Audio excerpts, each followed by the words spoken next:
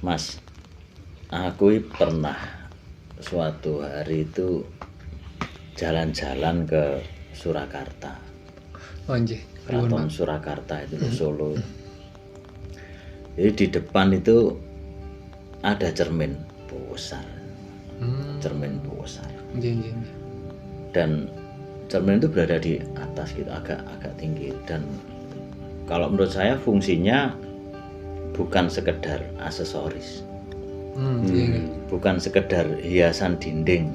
Jadi kadang di rumah kakek nenek kita dulu itu kadang juga ada cermin di ruang tamu. Nggih. Di Bali. Iya, di Bali itu ada cermin. Sempat saya itu tanya, apa toh kagem nopo? Ternyata orang Jawa itu luar biasa. Jadi ada salah satu unen-unen atau kata-kata dari orang Jawa itu ngoco dhisik sadurunge tumindak. Jadi sebelum kita melakukan apa-apa, sebelum kita berbicara, sebelum kita berbuat itu lebih baik kita mengaca diri kita dulu. Nggih. Pantaskah yang kita ucapkan itu? Jadi saurunge nata wong ya jajalen totren awakmu dhewe. Nggih. Artinya cermin itu adalah refleksi diri. Nggih, Refleksi diri. Memposisikan Iya. diri. Jadi itu ternyata cermin itu, ya Allah, kita itu harus pandai melihat diri kita sendiri dulu. Harus pandai menilai diri kita dulu sebelum menilai orang lain. Nggih. Sebelum menilai orang lain itu ya bijinen awakmu dhisik. Benakno awakmu dhisik. Karena cermin itu pantulan yang jujur. Nggih. Gitu. Jujur. Kalau orang di depan cermin itu tersenyum, maka pantulan yang dia dapatkan ya orang sedang tersenyum. Kalau di depan cermin itu orang muram, berwajah muram, maka yang ditampilkan cermin ya orang yang berwajah muram. Artinya jika kita itu pengen orang tersenyum pada kita, ya tersenyumlah pada orang lain. Lah kalau kita dengan orang lain aja besengut begitu, mana mungkin dia mau tersenyum pada kita? Atau mungkin lebih dalamnya lagi, jika kita itu ingin ditolong orang lain, ingin dipedulikan orang lain, ya pedulilah dulu pada orang lain. Pedulilah dulu pada orang lain. Lah kalau kita tidak pernah peduli pada orang, kita tidak pernah menolong orang, lah bagaimana orang itu peduli pada kita? Artinya hukum sebab akibat itu pasti ada dan berlaku.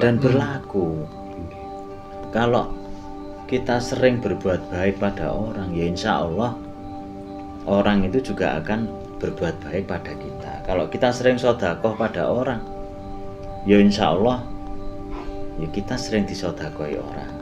Begitu. Lamuno bukan kita, mungkin anak-anak kita, mungkin keluarga kita. Wah iki anake kae, wah bapake jan buneh tak tulunge. Artinya cermin itu bagaimana kita melihat diri sendiri. Karena yang terjadi di luar kita itu tidak lebih dari refleksi dari apa yang kita pancarkan. Biasa dikatakan koco benggolo lah. Koco benggolo gitu loh. Untuk mencapai lambang kesadaran diri. Jadi secara psikis itu bercermin menunjukkan kesadaran diri. Kalau mau keluar rumah ngoco dhisik, nyepres pora.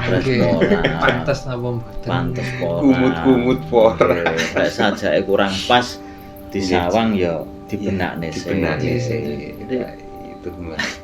Itu ada makna lambang gitu loh. Jadi cermin itu adalah simbol dari refleksi diri. Yang memang ketika orang sering bercermin maka dia akan selalu waspada. Waspada. Kok sananu gak aku kurang Nggih. kurang tepat. Aku Nggih, nggih, nggih. nggih, Introspeksi lah, nggih. Bisa introspeksi. dikatakan introspeksi diri, sering napa nggih. Melihat diri kita sendiri. Nggih. Ngoten niku kan akhirnya introspeksi diri. Introspeksi. Kalau misalnya lah kula niki pun baik dengan orang itu, si A misalnya, tapi A kok dengan saya nggak baik, ya mungkin tidak dari si A, Ya, mungkin nanti munculnya dari orang lain. dari orang lain. Kita membantu A, Belum tentu belum A tentu itu. A yang membalas kebaikan kita, tapi bisa jadi orang lain. Intinya adalah bagaimana kita selalu menebar kebaikan, selalu menebar kemaslahatan, dan ikhlas. Wis rasah diharap-harap balik. Nggih. Jadi jika kita berbuat baik, ya wis ikhlas saja, ikhlas saja.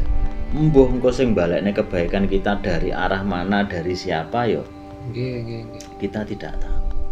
Kita tidak tahu. Yang penting kita selalu waspada, selalu berhati-hati dalam bersikap. Begitu. Dalam bersikap ya memang harus berhati-hati. Ya memang cermin itu ya sudah lama. Dulu mungkin orang merefleksikan bayangannya itu Di air. di air, Iya. mungkin begitu nggih, saurunge enten Enten. kaca sing sakniki mungkin di air, Iya. mungkin di tembaga atau Iya. logam sing di serbeti sampai Halus. halus. Makanya Mungkin dulu teng sendok ngoten paling nggih Pak nggih. Mungkin. Bisa jadi Nggih. digosok Nggih. gitu kan. Terus akhirnya muncul wajah kita. Nggih. Artinya refleksi itu muncul dari sesuatu yang sering dibersihkan. Nggih. Kalau cermin itu tidak sering dibersihkan, maka ya dia akan menampilkan yang menjadi buruk, menjadi tidak sesuai dengan Tidak gambar. Nggih, nggih. Buram Iya. gitu. Makanya cara cermin itu diibaratkan hati kita ya kudu kerap diserbeti supaya bisa untuk bercermin itu tadi. Nggih, nggih. Ngresiki hati itu sama dengan yang ngresiki cermin dalam diri kita. Nggih. Karena apa yang terjadi di sekeliling kita itu adalah cerminan dari tindak tanduk atau watak kita itu. Makanya ya nyerbeti hati. Caranya bagaimana? Ya menahan diri, Nggih. menahan diri untuk tidak mengomentari orang lain, mungkin begitu. Nggih.